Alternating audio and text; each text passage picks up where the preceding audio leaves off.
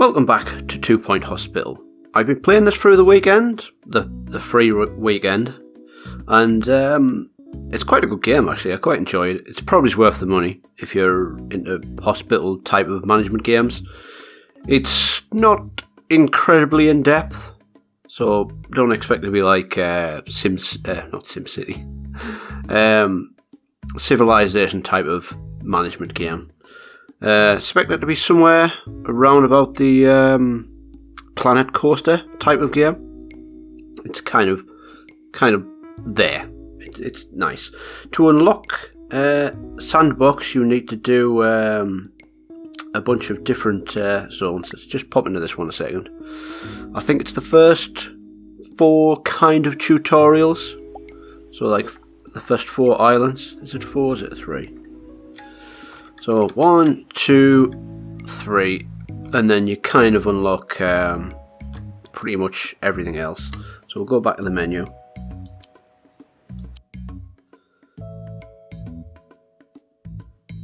And yeah, and then it'll unlock Sandbox. And this is where I'm going to go over some of the, tips and things that I've found out as I'm going. Let's just continue. I've already started a bunch of it, but it's just to get it going.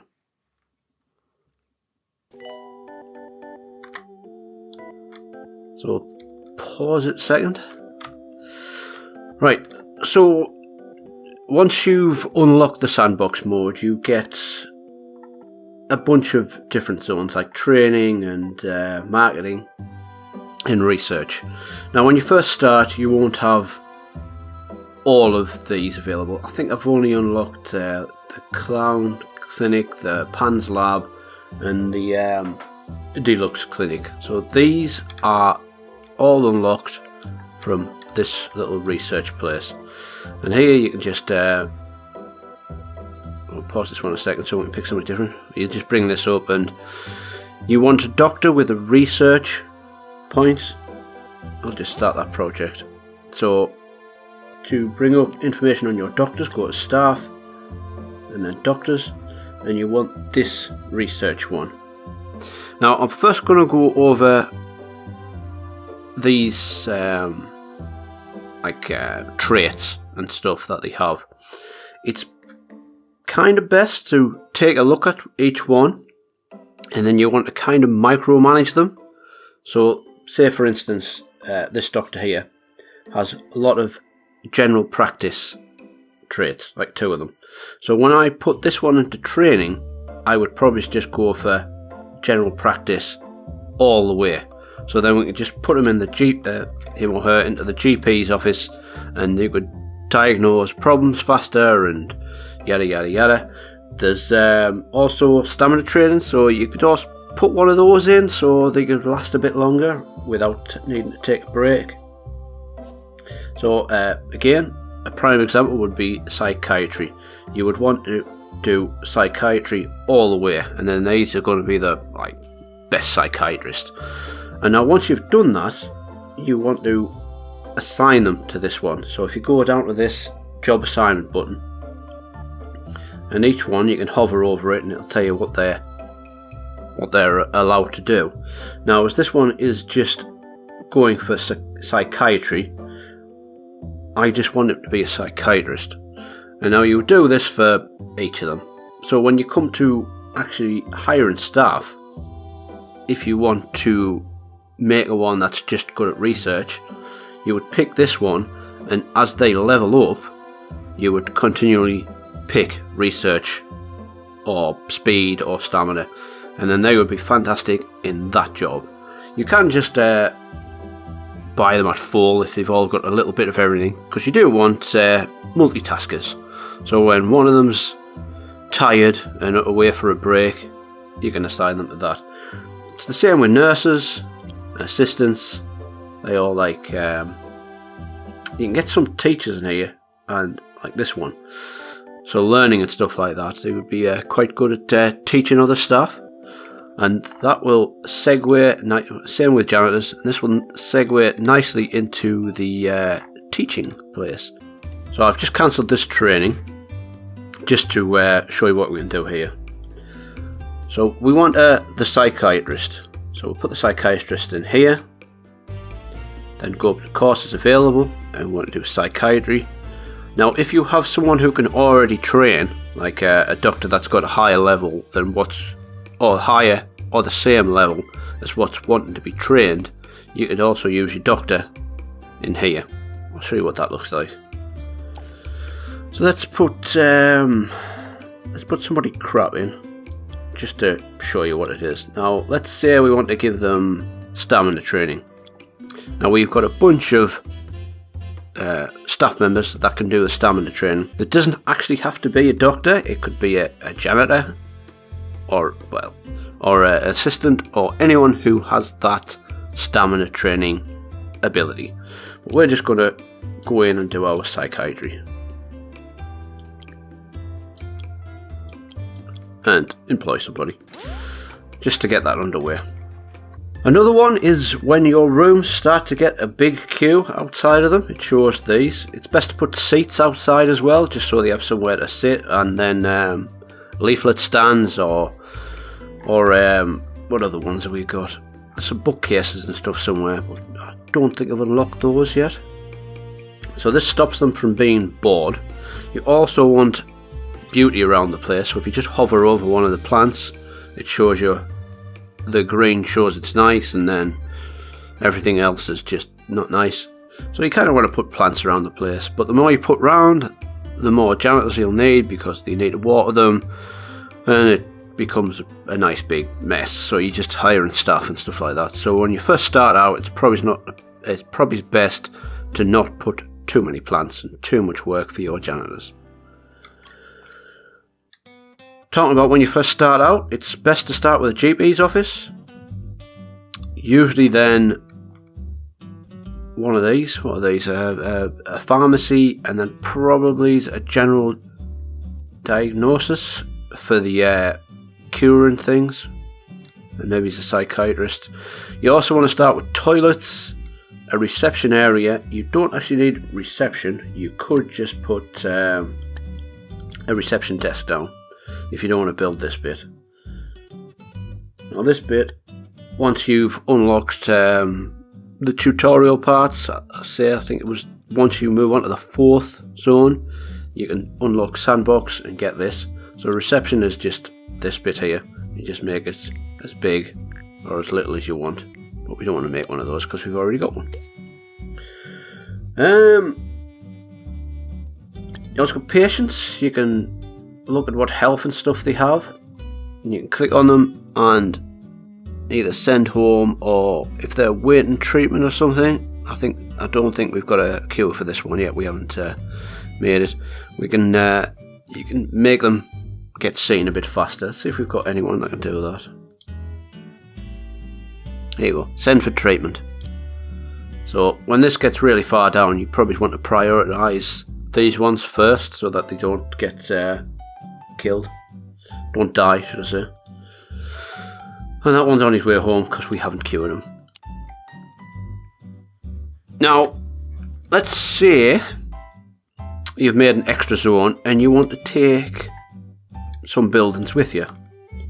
For instance, the toilets. I've changed those ones. But if you click in the room, then you can just copy, and then you've got a copy of it. Or, if you actually want to move the room, just click on it again, click edit, then click inside, and you can pick it up and move it to wherever you want. So you can move the whole room to somewhere else. Which is kind of what I did here. And the more patience you get, as I say, just keep on adding extra rooms and getting extra doctors and stuff like that. Keep an eye on your finances, go to overview and just check here. It's kind of pretty simple in the way it works. It's like, if you get a big queue here, then we need another doctor's room. So let's copy that and put this somewhere. Let's stick it in the middle of nowhere, and then just click tick, and then go and hire a new doctor. So we want a general practitioner. So this one increases treatment skill and stuff like that. So we'll just get this one, and then we'll train this one up. Let's remember what it's called. Right, and then have a look at eye and staff and doctors. We've got the lords now. So here we are, and we again click on job assignment and just have him in the GP's office. And then once we get all these sorted, and you can start assigning them to their specific area. So you're probably going to end up with quite a few doctors and stuff, which will be fine. We'll get it underway. Deluxe clinic calling doctor. They also like a nice the staff rooms. You get what's called prestige. The easiest way to get is just to put a bunch of different items there. So if you go to items, I think you might actually, yeah, here. If you just hover over them, they'll say what they give to each room. So it increases hospital attractiveness and room prestige and training speed. So we could just grab some of those and just put them all in here just to increase our training speed. So it's like 1% for each one, I believe. I'm not sure if it stacks or not, but we'll just put loads and loads in. I'd imagine it's 1% for each one. I mean, you could have a massive room and then just put loads and loads of those in, and we'd probably get it a bit faster. So estimated duration 13 days. I should have checked that. Here, we'll check it like this. So hover over. Where was the is this the one? Yeah, 11 days. So let's sell all these and see if it changes. Doesn't look like it is. It probably will. I mean, it's going to be minuscule, the amount of speed that'll happen, but every little help, as a well-known brand of supermarket says.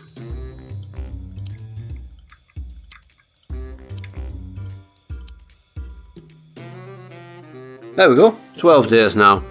So they do help quite a bit. We're not bothered with them. Again, I'm not putting them in. Each disease has a different kind of problem. So we need an injection room. I don't have one here yet, so we'll have to just send them home. There's someone dying, unfortunate. So we could look in here, pause this, and then look for an injection room. There it is. And we could start that project. There is extra items in this room, so if you want to bring up a list of items that can go in a room, if you just click inside and click on edit, it'll bring up the side bar here with everything that can go in this room.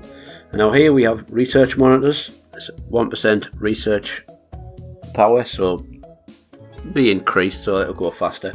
We've got a whiteboard, which only increases room prestige. And I think that's probably about all there really is, apart from plants and stuff. But yeah, if you just look down them, most of them are like attractiveness and prestige, but there's a few that are particularly good. You will need what's called, I think it was kudos to do to unlock some of these. And as you do certain tasks, you get more and more of this stuff. So the more patients you cure, the more kudos and stuff you get. You get challenges and stuff, like up here, we need to do something. And yeah, that's pretty much it. I think that's about as much as I really can think of going over. Apart from thirst, so any kind of a lot of the items you can go over will say like reduces boredom, and your patients are in the hospital quite a long time, so you want to reduce boredom. So whenever they go to like the room they need to go to, just as I say, put benches outside, something pretty to look at, and something to stop them being bored. And the more and more you kudos you get, the more and more you can unlock. You also want to keep them refreshed, so refreshment machines are needed, and snacks. I probably should put some over here, but I haven't yet. Marketing. These need assistance, so like your reception kind of people, and you would just click on, which one is it? Yeah, on the table, and you can do small campaign, medium campaign, and large campaign. We've got illness marketing. I haven't actually looked at these ones yet. So starting an awareness campaign for all the wonderful new drugs our hospital is using should bring in more patients for the pharmacies. So if you build a bunch of pharmacies, you would do an ad campaign for this, get loads of patients in, and get more kudos, and be able to spend more points on unlocking different items. When you run out of space, you just click on one of these little things at the side and then buy it, as long as you have enough money. And I think we need more and more hospitals. GPs rooms. You also got illness and happiness.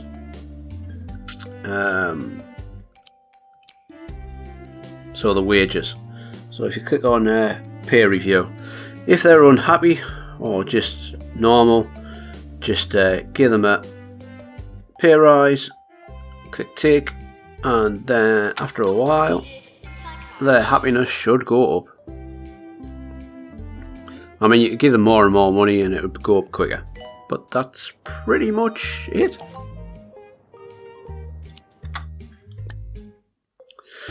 Oh, unfortunately we failed to complete the quest. Yeah.